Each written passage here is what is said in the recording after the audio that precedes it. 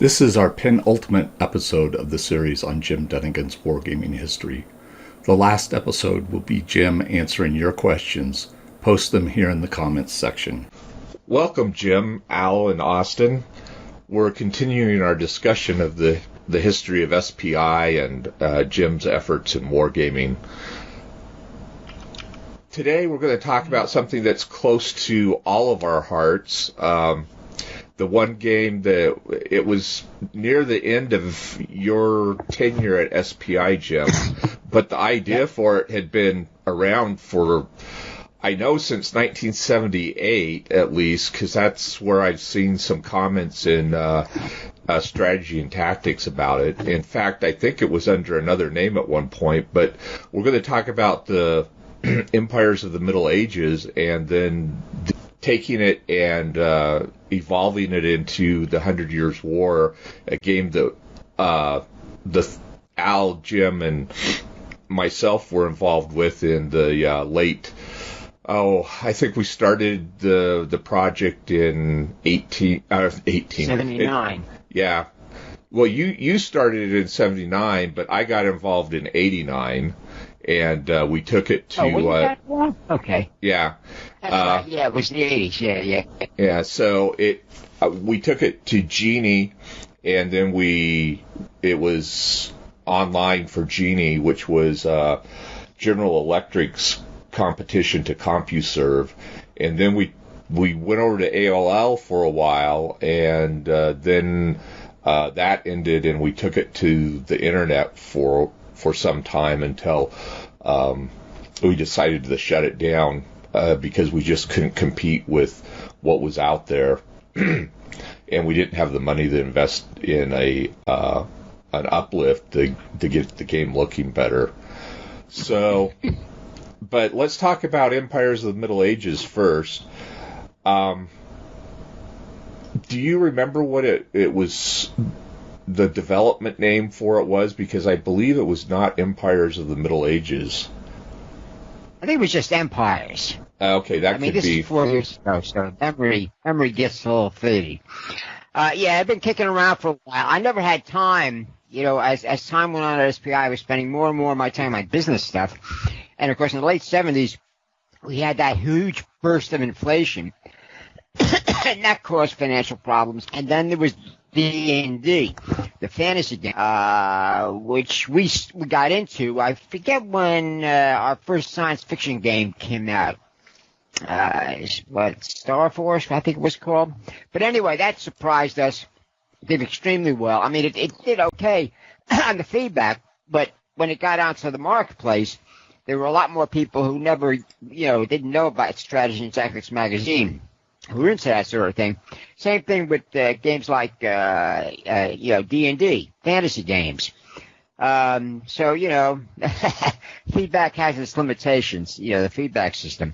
But I really, I wanted to do it, and Empires was sort of an experiment. Over the years, I have been using my designs as a way of training new designers. In other words, people would be developers, which are basically people who supervise the playtesting, spot problems, solve them themselves. If they can't, they bring them to me, and I usually figure out a solution. And some of those jam sessions, are legendary. I mean, a lot of people remember those. And Steve Buscemi was up and coming, as it were. He was willing to take it on, and Redmond was very interested, which is unusual. He was interested in historical games, but he was more of a science fiction fantasy guy. In fact, he was pleasantly surprised that Star Force did so well, because that was his baby. So it was fortuitous. I mean, I did the outline, and as I described the War Games design book, or the War Games Handbook, it's several editions. The basic routine for designing a game is to come up with a concept, put together a prototype, and try and play it. It won't play the first time, but it won't play well at all. Now, you always have the benchmark of history, and we had that in spades. This is where Al came in handy because he was more up, as it were, with the detail of the Middle Ages, and he would always sniff out, historical flaws that were not readily obvious. Anyway, I came up with the basic concept, with the cards and the endeavors and the time period itself and the importance of things like ethnicity, religion, and what have you. For example, among the many things we had to be able to reproduce was the impact of the Crusades, not the Middle Eastern Crusades, but the European Crusades. And the major one was the Prussian Crusade, German Crusade against the Prussians. The Prussians at that point were still a Slavic tribe, a Slavic group of tribes who went extinct during the Crusades, which is not unusual. He was Hermann von Salz, I think was the guy's name.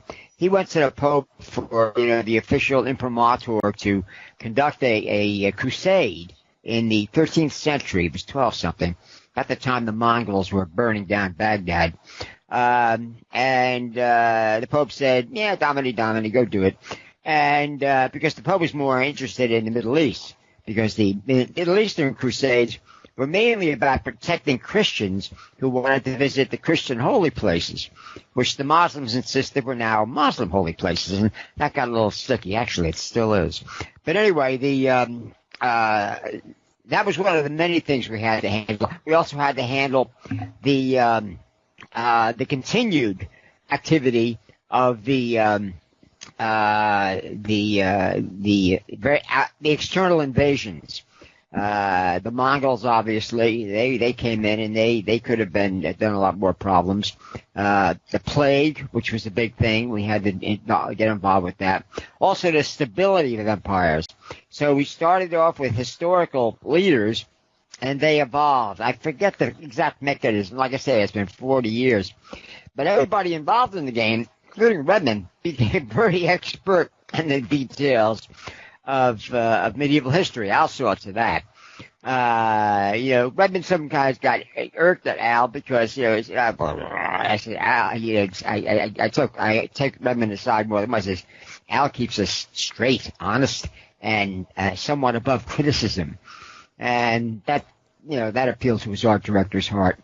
But anyway, it was pretty enthusiastically received by the staff. There was a lot of people playing it. In fact, after I left SPI in 1980, shortly after publication, I kept hearing from people who were playing Empires of the Middle Ages. I even got hooked into a couple of games, which is the last time I played it in the early 80s and what have you.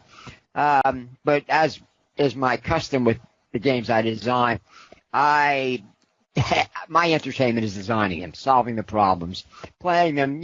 Play testing them is interesting because there are still problems to find.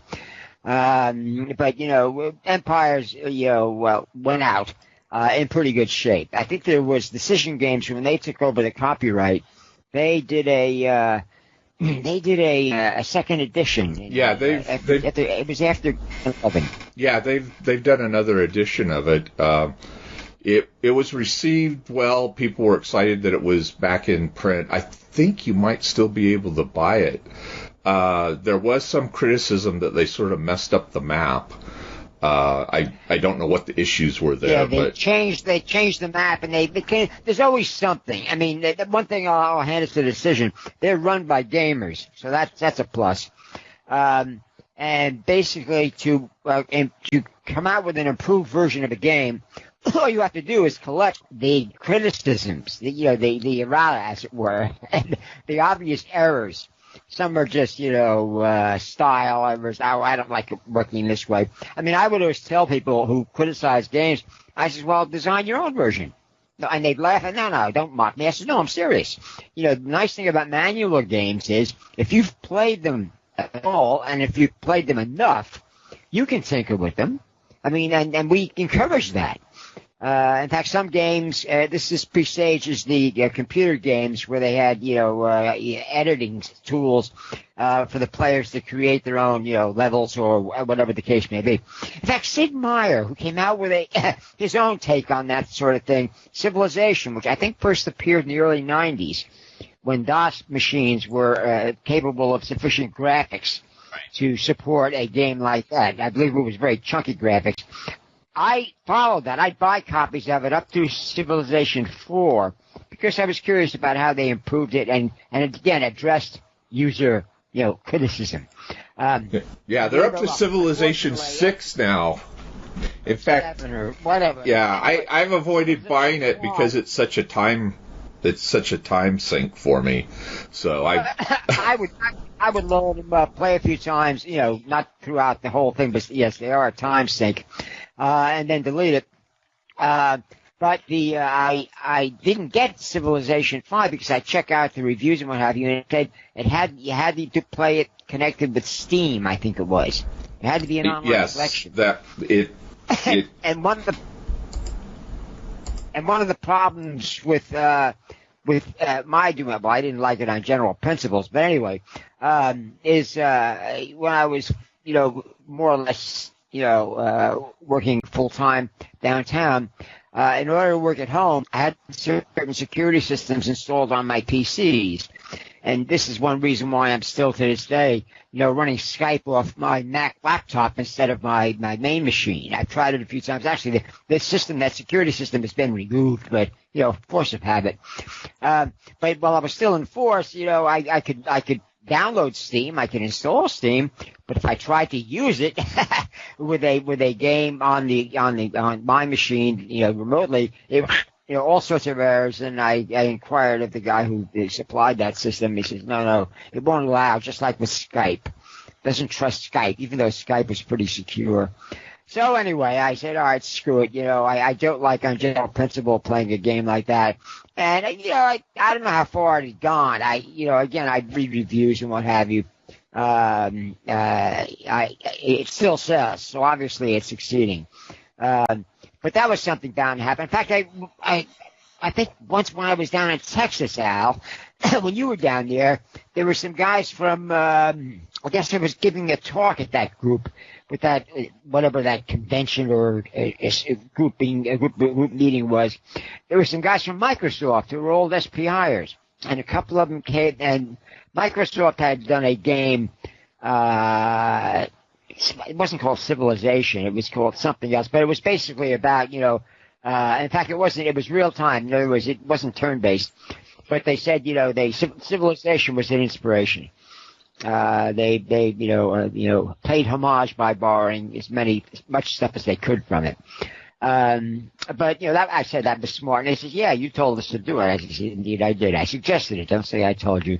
That could be litigated.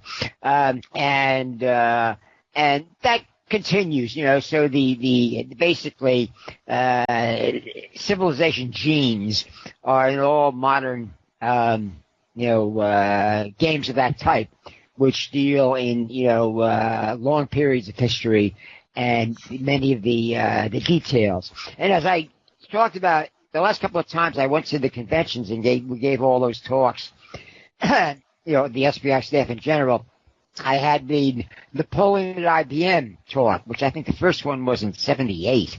But anyway, I was watching very carefully because we were early adopters of the PCs. They were all over SPI. Oh, yeah, and one of the things that was diverting my attention, in 79 and 80 when we were doing Empires of the Middle Ages. What month was that published, by the way? I was trying to calculate what the cutoff date was. But anyway, what I was doing. Al, do you remember? I'm looking at Wikipedia. Wikipedia has an entry on the Empires of the Middle Ages, by the way, and it doesn't have.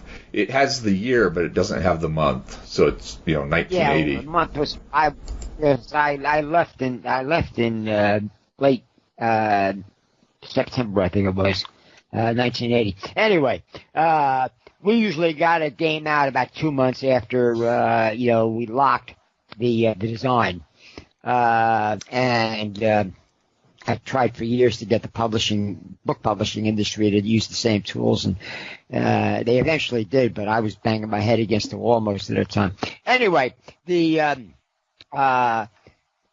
Empire, I was trying to develop software-based tools on the PCs. We had not the Apple, but the Radio Shack, because they were cheaper, and they were intended more for business than the Mac was in those days. And we developed some programs for generating CRTs, or more importantly, modifying CRTs, and other probabilistic things. I'd actually started that on a programmable calculator. I think it was the HP41. It used these plastic chips to store your code on, as it were. And I did that with financial stuff, but you could also do it with game routines. That's what we were doing for routines. Now, the problem with the Eastern Front, the war in the East, we had that production system, which was a bear. And we had the guys, I think we were programming in COBOL at that point. Steve and what's his name, the other guy. They wrote a program, basically, I laid out what the formula was for the production system and whatnot, and what the variables and whatnot, what the data sets were. And they wrote this program, and it would crunch after a couple hours. It would go through, the entire war, month by month, or week by week, as the case may be, and give you the production. And we could change we could change with the variables with the code, or actually with the front end, the user page of the program, and then let it run. And that way we were able to tweak the production system, so A, it was historical, and B, it didn't screw up the game. And that's the sort of things we were working on then. I really could have used it for Empires, because we had all these subsystems interacting. The leaders, their characteristics, the characteristics of the various regions and what have you, the external events and what have you. But by that time, we had a lot of guys who were able to do that in their heads. That's something you only acquire over time. And we had enough people basically to get it done. It really depends on experienced playtesters, developers, and of course Redmond and his crew in the art department. So it was a brava, it was a joint effort. That's why Redmond and Steve got design credits. Usually Redmond would just get his credit for design, graphic systems, and the developer would get a credit and what have you. And we explained over and over again what the developer was and how important they were. In fact, we even gave the copy editor, what the hell was his name? He went down to work with, he ended up in Washington with Booz Allen, with Mark Herman. And he was very important. And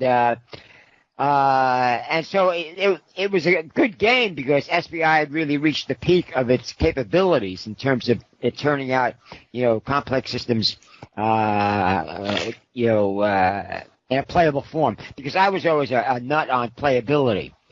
And for a complex game like Empires, it was very playable. And I think that's one reason why it was so popular, and it's still popular. I don't know if anybody ever put it on a computer. They did. They put it on the computer as Rise of the West. It was really early, and I think it was TSR that did it when TSR acquired SPI. But I don't know how well received it was. It posted a computerized, because TSR didn't have it that long. They sold it off relatively soon. And I know the retired Army doctor who was running Decision Games, he hired a lot of people. And for a while, I wrote a couple articles for them, like the talk we're doing now. And I was comped up through, I forget when I stopped getting it. I unfortunately I threw them all out, because I don't keep a lot of stuff. And they were doing a pretty good job. Steve Miranda, I think the main guy, I think he's broken my record for the number of manual games designed by one guy. So I mean, he's certainly deserved it, because he's quite good. and they're still going. Not as it originally was with a game in every issue. They have several magazines with no games in them, and I think you can buy. I think they sell a lot of the games, separately. But they still maintain, an outlet for games. In fact, I did an analysis a few years back. Crunched the numbers as much as I could find, and there were more games, manual games being published, at least in the 1990s and into the aughts, as it were, than there were at the height of SPI, which was breaking all kinds of records. I mean, we published 500 games, I think, during our tenure. But the automation of creating graphic systems and writing rules, which we started, with our computerized typesetting system, which was like a PC, hooked up to a machine that could print out the same sort of stuff you'd go to to a professional outfit for. And of course, using the PCs with master rules, so you didn't have to start writing rules from scratch. We had a library. I think for a while, for several years, all the games we did were done on the on a computer, and so they were easy to edit. That was the main reason. The developers and the guys who ended up writing rules, they loved it. Because they could basically, make all kinds of changes, put a date on it. I says, look, make sure you date every version, and then hand out, we could print it out or print out one copy, then Xerox, multiple copies, because people hated those damn dot matrix printers. So every week, when the playtesters would roll in, there'd be a new set of rules based upon their input. And that was great for the morale of the playtesters. Boy, we're not able to get listen to them. They're acting on it. Astonishing. But it was really necessary, especially for a game like Empires, which wasn't particularly difficult to playtest. We had, like I said, we had experienced playtesters who knew the kinds of problems we were looking for. Not like, I don't like the color of this. At that point, we could basically create a one master playtest map, and then we had this stat machine in the back which could make big, game board size copies of it. These were black and white, of course, although some people, they could color them in if that was essential for the play of the game. We were basically keeping up with the technology, as it were, and the technology just took off, after SPI went out of existence in 82 or 83, whatever the hell it was. And I think Empires of the Middle Ages was not just a very good game, but it was a very good example of what experience and developing better game development and design tools can do, not just in making it easier to produce a game, to create a game and produce it, but also easier to, on everybody involved, including the playtesters and the people who have to revise rules. Al, why don't you tell us a little bit about the historical research and the thought that went into some of the systems and like that? There were flocks of problems, like Jim mentioned, the languages. Nobody spoke a national language in those days. So you go from one town to the next, and the language is slightly different.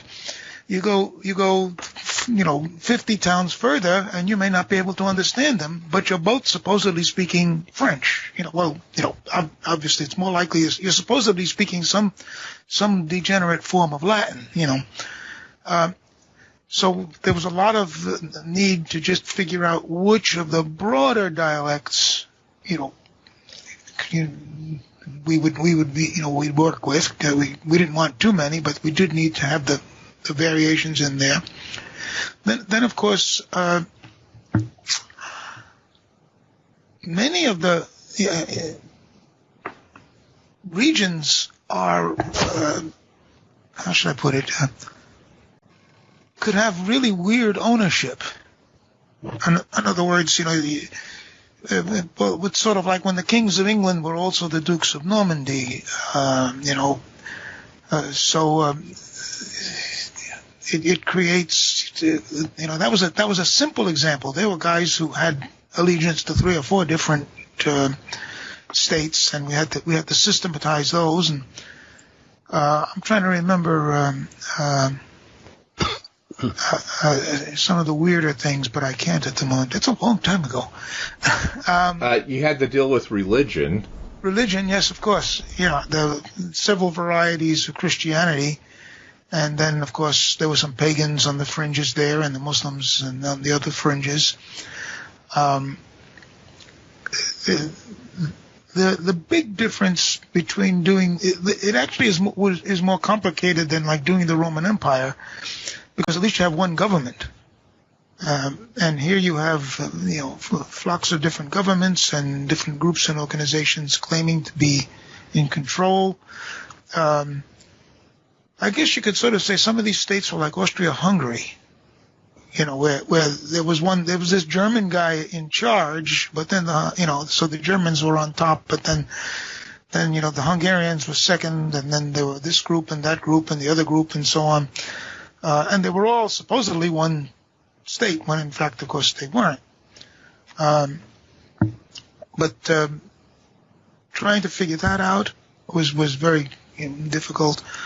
The plague was difficult. We had to figure out how the plague moved, and we eventually. I'm not even sure if it was me who turned it up. It might have been somebody else who was also helping with the research.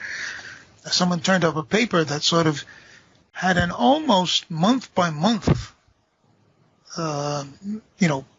sort of map showing where the plague was.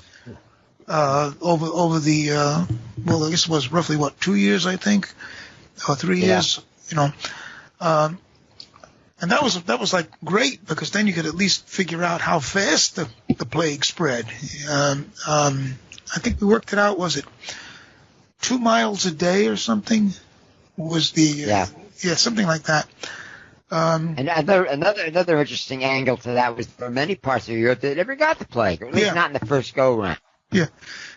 Bohemia and chunks of Poland, I think, for some reason just didn't get the plague. Now, someone suggested that because in Eastern Europe there were still bathhouses, but that doesn't hold water. Well, that's a bad way of saying it. The problem is that in some regions, especially Mediterranean fringe, there were bathhouses. The Roman custom of having bathhouses was still there.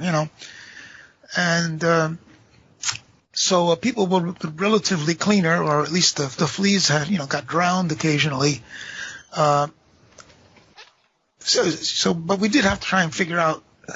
Should we just declare that these areas are immune to the plague, or figure out some way that the randomness would leave certain areas, unaffected, which I believe is the way it ended up. And of course, the plague could always come back. And moving, I'm trying to think. We made one mistake on the map. You remember?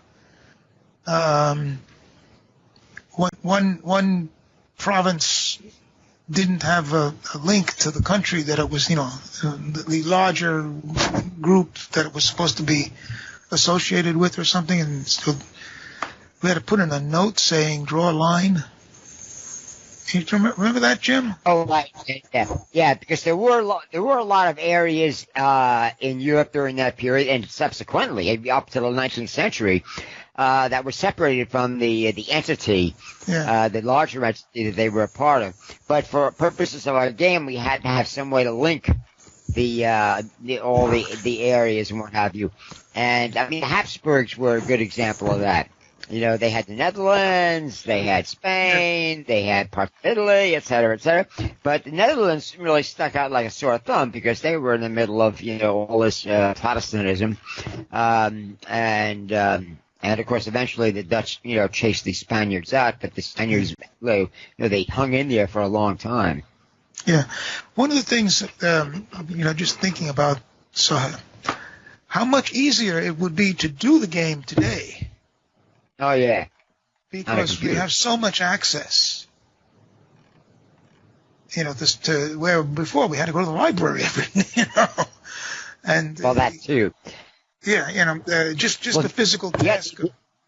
Yeah. Yeah, the other big thing is like that paper you found, and like what's his name, the guy who did Roman Manpower, after the Carthage War, the Carthaginian Punic Wars. There was a lot of scholarship coming out in the 60s and 70s, and we were among, I think, the first to put it to use. We were waiting for stuff like that, and there's been a lot more since. Yeah. And of course, as we discovered, a lot of this information was only necessary because of what I think was called a memorial project during the 19th century, where it became all the craze to study records going back hundreds of years, which were sitting in churches and mainly clerical records, which were invaluable for all sorts of uses, because a lot of them disappeared in the 20th century because of all the wars. Yeah. And if they hadn't been collected in books and the books distributed around the world, it would have been lost forever. And I think that taught a lot of historians a serious lesson, and there was a lot more collection. Even the Russians, they were very good at it. I mean, the stuff they released, they had that, what's his name? He did a book on World War I. How we used that. But it was enormous, a very professional job, as it were, very German. Well, they brought a lot of the technology and a lot of those ideas from the Germans, but they went them one better in terms of applying them. That is something that doesn't get enough credit. The increase of quantitative, analysis. They had a word for it, something or other history. But after the 70s, it became taken for granted if you were going to do serious history. And there's less and less of that these days.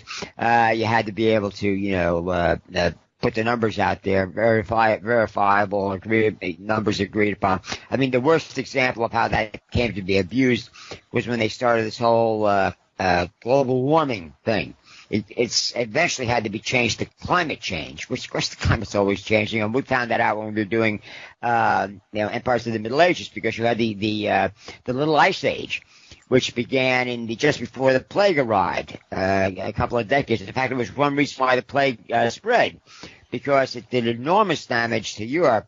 Suddenly the temperature got much colder, and areas that had been farmed, they were no longer making their own wine in England. And people, some people said, "Oh, it's the wrath of God," but people with a with a more fundamental connection with the land realized that this is the change that happened. Actually, people didn't realize what the patterns were until, I guess, the 19th and 20th century, when they began to understand, about the ice ages, which have been dominant on Earth for over 1 million years. Mostly you have hundreds of thousands of years of ice, literally. I mean, ice sheets covering North America that came down to the Midwest. And then, 10, 20,000 years of warmer weather, and then it gets icy again. And we're due for another ice age, which doesn't get mentioned in this climate change. Well, actually, it's getting mentioned more now because historically it's more of a threat. Because when they were doing the whole global warming, nobody wanted to mention that the initial ice age started for no reason at all in the 13th century, and then it ended just as mysteriously in the 19th century. When we were pumping out, more, because of the Industrial Revolution, but not much more. When you start trying to measure it, you realize that, cow farts were still a far bigger, producer of, climate damaging, chemicals, than all the steel mills and coal being burned. But anyway, for a while, people really did their homework, and then people started to cheat. Dan, could I make a point about one of the things that you sure Al can. was touching on, and Jim? One of the things that impressed me about this game, and I understand I used it for 15 years in the upper level honors class I taught, strategy and strategic theory for the honors program, undergraduate honors program at UT. as I used Empires of the Middle Ages because it, as Jim said, it fused so many different components, historical components. As Jim was talking about leadership and also even working in climate. One of the things that they had too is that certain areas were maritime, meaning that they had sea trading capabilities. One of the things that gave Byzantium more money, but also the linguistic links, which is what Al was getting at. Yeah, I was going to break in and say, Al, I don't speak French, I speak Provençal, but he was telling you that Bretonese, which nobody could understand, right? But the far from the other, everybody else in early France, the 19th century work primarily by the leaders and were German philologists, where you end up with Indo-European. All that linguistic connectivity is evident in the game, and that's one of the things that enrich the experience for my students. We would play through because they were 10-year terms, right? I think it was a 10-year term. 25, whatever. Yeah. It was 5-year turns with and there were rounds in there that they would take. Right. Okay. We go through it, and leadership change too. Would do that. You start out basically with Charlemagne, who's a 999, isn't that right? The way he was. Yeah. Right. I don't have the game here in front of me. I got it in another room. I should have gotten it out. And then you run into characters like Boleslav the Pole, I think, or who's a 555, like this. And you hold it. Wait a minute. You built up all this power, and everything starts falling apart because you've got such a lousy leader. And then the other things that you think you can control, Al was talking about, how do we measure the plague? And, of course, the Mongols, that was the one that really got my students going. When that Mongol horde would show up, I spent often just before this the 3-hour seminar where I used, how do you look at a grand scape of history, which is what the Empires of the Middle Ages does, and look at the components that are at play in it. I had about 2 hours where I'd sit and talk about the Mongols, and talk about what they did both to Europe and to China, and the world's largest land-based empire at one time. They controlled, I think, 22 or 23% of the Earth's landmass.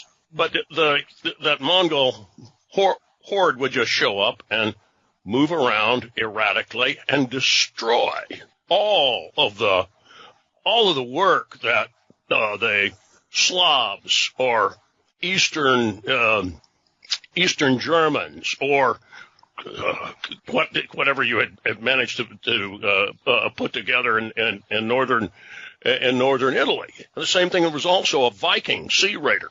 That if you thought you were going to get away with it by hiding over on the British Isle and use that, here came that exterior force that you're going to have to contend with. So it's the game. Sure, history, it doesn't follow exactly what happens, but you get a recapitulation that sometimes when we play through maybe a couple of dozen turns, or I'd show how it would work, and you'd sit there and say, do you get a better feeling now for all the historical interaction that's going on it's not just going on in the Middle Ages on this, it's going on now. And that's the connection I'd make out of it.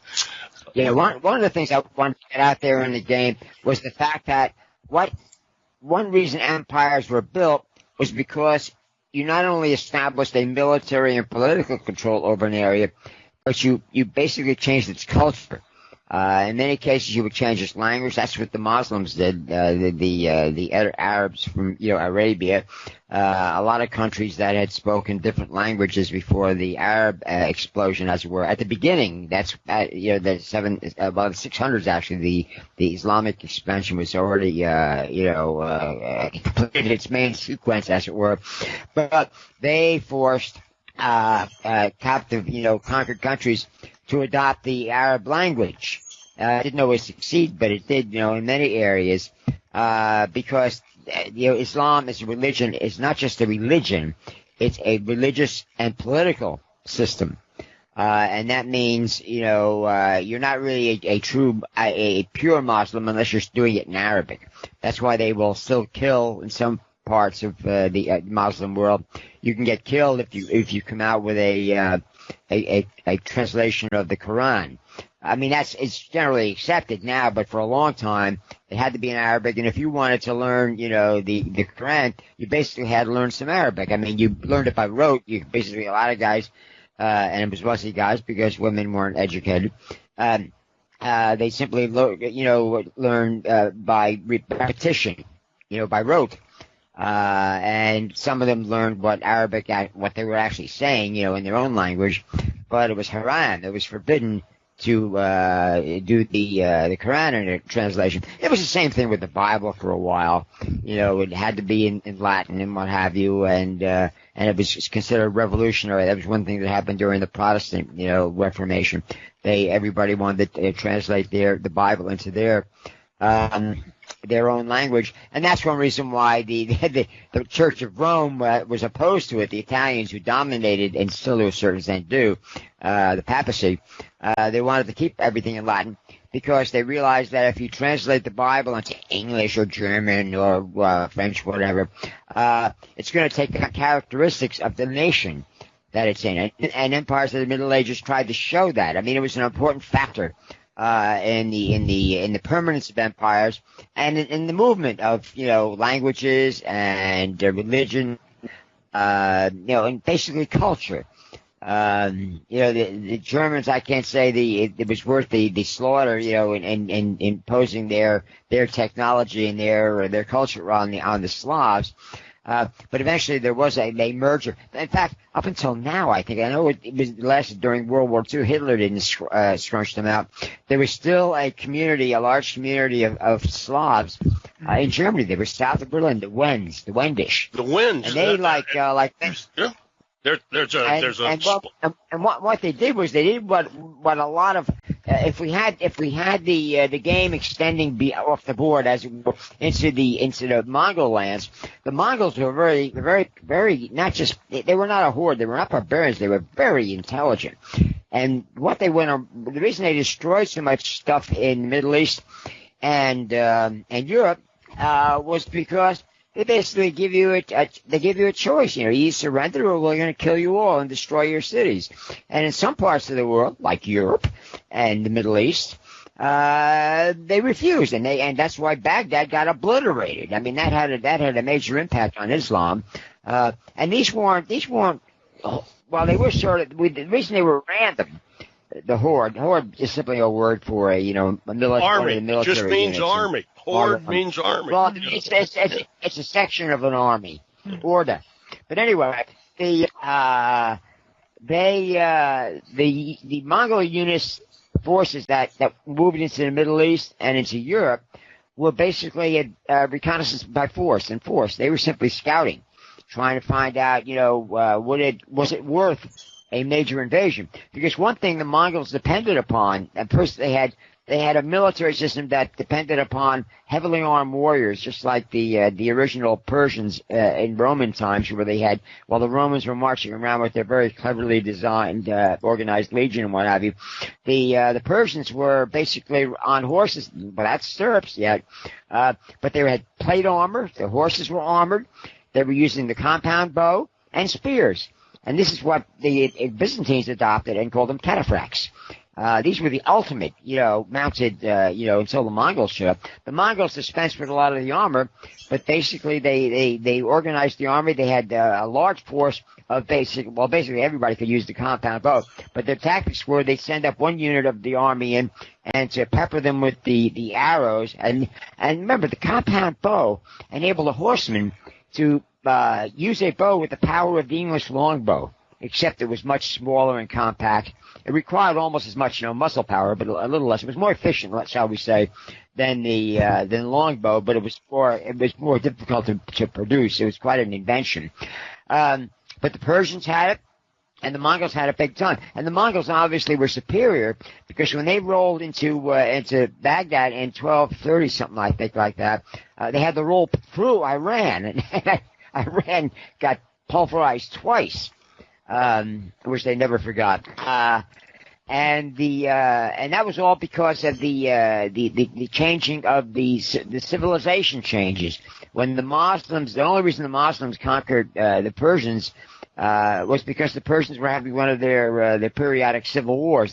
When they weren't fighting foreigners, they were fighting each other. So they kept in practice, and that's why Alexander the Great was able to conquer them. They were in the midst of one of their interminable civil wars, and Alexander, an effective foreign general, caught them at a bad moment, and boom, down went the empire for a while. But it came back, and it's trying to come back again.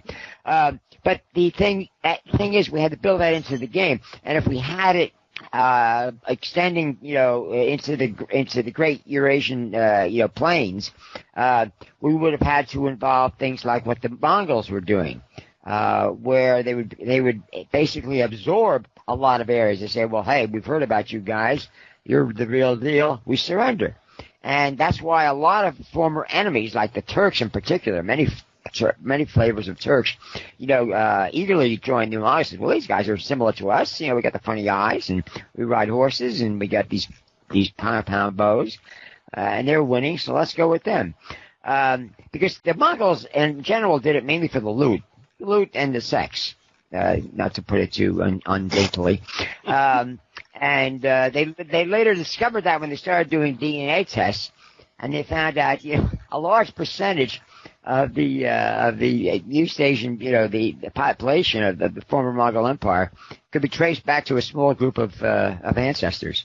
So they were very active in many ways. But anyway, that was not a major factor in European and Middle Eastern history, except for the Mongol period, and which was already done. And there was nothing like it. It was rare for somebody to have so much success. It was built into empires because it did happen, but much more slowly. The Islamic armies, initial and Islamic invasions, and the Mongols did it much more quickly, and that was decisive out in the areas where they were dominant. But all they hit Europe with was the reconnaissance in force, and then I don't say there, but the great Khan had died, and everybody had to go back and vote. And in the Middle East, the reconnaissance force was defeated. Was outright defeated. The Arabs after what happened in Baghdad, they put their differences aside. They got organized, and of course, the God was on their side. The Mongols didn't believe God had anything to do with it, but it was only a reconnaissance force. And the Mongols realized that the Middle East didn't have enough grasslands to really support the entire Mongol army. Europe was a different matter. But they were kept so busy with the Slavic lands they conquered. The Russians were very, cantankerous. They were bad, subordinates, provinces, as it were. Eventually they, just frittered away. But I punched the numbers at one point, found out that the Mongols killed a larger proportion of the world population than the Nazis and the communists did during the early 20th century. I mean, that was, of course, they took longer doing, but they didn't have, death camps and what have you, and modern weapons. They did it the old-fashioned way. And hopefully we'll never see that again, because that changed most of the world. It just didn't change Europe that much. It changed China for certain. It basically, how should I put it? It slowed down China's, technical and cultural advances. In fact, the Mongol emperors in China, I forget when they died out, but they were soon replaced by the Manchurian, which are northern barbarians as far as the Chinese are concerned. So China never really recovered from all those foreign invasions. I mean, they adapted, they absorbed the enemy, as it were.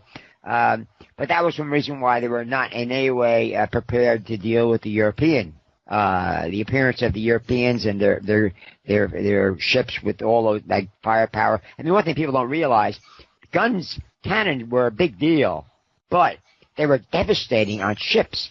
Because over land, they were hard to transport. You had to drag them, you had to work. They didn't have modern, suspension systems for heavy weapons. But you could load pretty large cannon on warships. And that's why there were so many of them as the years went on.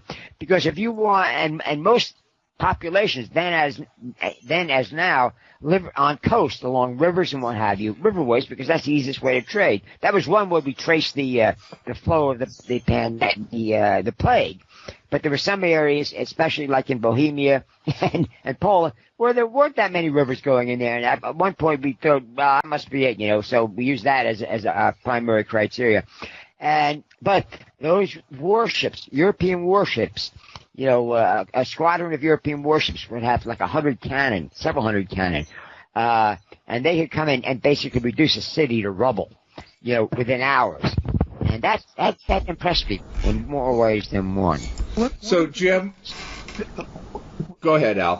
One of the things that the game is good at is big history. We get caught up in the weeds, like there's these television shows, what history forgot and all that, missing the point that there is so much in history. We tend to focus on these little things, and we miss the big things, and that's what you get in this game. Trees. The people who were living, whether it was the fall of Rome or the Crusades or whatnot, they didn't necessarily see what was happening. They might see the Mongols coming through this week and whatnot, but they don't see the big picture, the global picture, the God's eye view, so to speak, of what is happening, and it's sort of a branch of history that it tends to be the real forgotten history. Al, that is I think I alluded to this earlier. That was one of the reasons I used the game in that class. By the way, Al came as a guest lecture 4 or 5 times, to show up to talk about something I was having there when I was teaching in the semester. But that's and say, look, these large scale, these grand components are still at play now, and we don't see it. Sometimes all you see is what's next on headline news, and it's a distortion. Well, strategy page reflects that. I mean, a lot of people, nobody complains about it, but that's why I'm always sticking historical. Sure. Like even in your stuff that I edited, I think the latest one on Turkey, I stuck something in there about the influence of the Turks, the Mongols, how it changed. But anyway, we basically pay attention to that and point out the fact that these are large historical, trends going on, like China. We mention that a lot about China, what they call themselves, what they consider themselves, how you interpret you can translate what the Chinese media are saying, but you have to dig a little deeper. And it's possible to do in English now, because so much of it is translated in English. Or what the Japanese did anyway, with a lot of countries try and do is they try and, have one version for their own folks in their own language. And then when they translate it into English, they try and, spin it a little bit to, gain more traction with the foreigners, the barbarians or whatever the case may be. But it's possible, again, modern technology allows more people to do that. More people, that, like Al says, we watch the network, the headline news. Although that may be changing because the the news has gotten so political in the last 10, 15 years, and the surveys are showing that people just don't believe it. I think people watch the news more for amusement, entertainment, which is something else, another trend which started developing in the 60s and 70s. If it bleeds, it leads. I mean, for a long time, you had two kinds of newspapers. You had the popular media, and then you had the more serious media, which basically tried to adhere to, the big movements in history and the details of what was really going on. But eventually, with the electronic media, especially with TV, especially when a lot of stations realized if they made the news more entertaining, as it were, basically sacrificed everything for numbers, as it were, they would maximize their profits, as it were. But I think a lot of them are starting to realize that, what have we done? And it's kind of hard to reverse it. So I'd like to spend the last few minutes here talking about the project we did together, the 100 Years' War.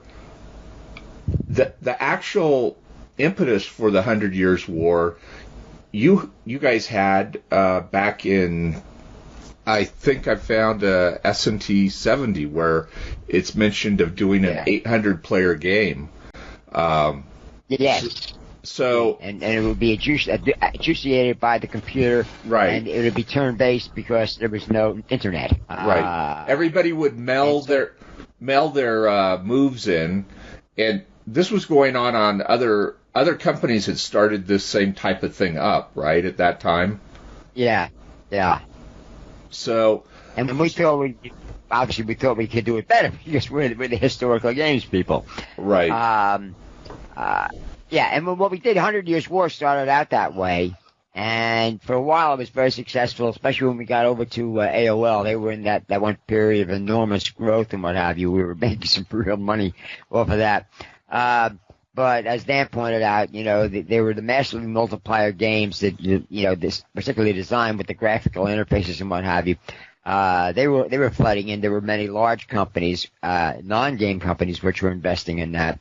And that sort of flooded the market. But yeah, we were there. GE was actually a pioneer in that. Genie, their network, they basically went looking for people willing to do online games. In fact, I think that Flight Command, whatever it was called, I think it was Air War, but I'm not sure. I can't remember back that far. It's still being done. The British guys, right?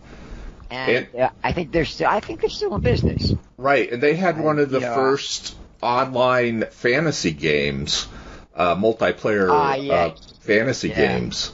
So, which later on we see other versions of that. But the 100 Years' War, you guys had been kicking this idea around for a long time, and one of the interesting things you did, Jim. We had started doing. One of the interesting things you did was when I got involved in putting it into place on the Genie system, you handed me, I don't know, a spreadsheet that had just a massive amount of information on it. And it was done in the old Borland spreadsheet, which I can't remember what it was named. But you had actually put... and you were modeling in spreadsheets the production systems, how the armies interfaced with each other, and how much attrition they took as they were moving around. And it was great for me as a programmer. Was I would just take those models and put them into the system, into code, and away we went. We launched our alpha very soon after we got started because we were testing these various systems online. But the detail that was in the online version of the 100 Years' War was outstanding. Do you want to talk a little bit about that detail? Well, yeah, Al and I had started working on it when I was still at SPI. But again, one of the disadvantages of being an experienced historical game development company is you got more ideas and you got resources to develop them all. And that one simply didn't have the payoff. I was the finance guy, and I crunch the numbers. Nah, this is going to cost us a lot of money to get started, and it's basically still a question mark as to exactly how much. There's a range of income we might expect, and of course, I was keeping an eye on the competition, which was proliferating at a rapid rate. But then you came along and you heard about it. I said, well, yeah, I can do that. And I said, cool. That's how we got started. The 100 Years' War was always basically a volunteer operation. There was no huge investment of money. It was mostly our time, which I calculated was, worth probably over $100,000. But, we were doing it because we enjoyed it. So if you enjoy your work, it's really work. Which is why everybody tries to get a job they really enjoy doing, and most of us don't manage to do that, but a lot of us do. And those spreadsheets, it was Borland, I forget what they called it, but anyway, it was one of the first spreadsheets to have how should I put it, variables that you could calculate. I think not Excel, before Excel, the last Lotus? Microsoft Was it Lotus? No, Lotus didn't have it, only externally. Microsoft, what was the one before Excel? But anyway, they came out with this in '84, something like that. But Borland already had it. Borland sort of beat him to the punch, but Microsoft had the bloodthirsty Bill Gates at their helm, the pirate Bill Gates. He basically pushed Borland out of business. But Borland did very competitive word processors and spreadsheets, Quattro, I think it was called, something like that. But yeah, and I was using it downtown because we had to create these financial models or sub programs, as it were. And I found the easiest way to do it was on a spreadsheet where I could basically build in the algorithms which would actually operate in the spreadsheet. Not fast enough for production use, but I could give it to the programmers. That was my engineering spec, and they loved that stuff because there was no ambiguity as you would get often in a written spec. It was right there in a language programmers could understand. There were algorithms. There were data files. You had the data, what kind of data, how much of the data, how it interacted. All those questions that programmers have to have, which I could never get most programming people to understand. And to this day, that's a problem. Anyway, it was excellent for engineering specs, and I still use it to this day. Now Excel has they have extra add-on suites to all sorts of voodoo stuff and what have you. It's become sort of a plague because a lot of non-programmers, not just non-programmers, but people who should never become programmers. They charge ahead, thinking they know what they're doing and they don't. And I ran across some banks that had some real disasters, with some of the noobs, as it were, playing programmer because they could get the spreadsheets to sort of seem to work, and it didn't. And then when they started using it in a production environment, suddenly things went very, very wrong. And reporters had a hard time even reporting something like that. So they report some disaster, at Deutsche Bank or whatever, and only a few people on the outsiders, who were not in the bank, understood what actually went on down there. Some overeager, junior, analysts or whatever, came up with a new derivative product, and they said, yeah, we tested it. Not coming out and saying, yeah, we tested it on a spreadsheet we did over the weekend. So yeah, but it was basically, it's worth the risk. If you have a couple of adults, in charge, which many companies don't, you can control, the cowboy, the reckless cowboy, iterations, and it's still to this a very good tool for that kind of work if you know what you're doing. If you don't, it's the same old story. It's like same thing with war games. Nice thing with historical war games was you always had to separate you to history. You can't change the history, and that kept everybody honest. But when you got into fantasy and in science fiction and what have you, you could do whatever the hell you want. Who's going to tell you it's not realistic? Right. So one of the things that I want to end with is something that Al mentioned. It was a favorite of the players, not really. So we had 60 to 80 people playing the game simultaneously together, playing different roles. It was sort of a role-playing game with a historical bent. But the plague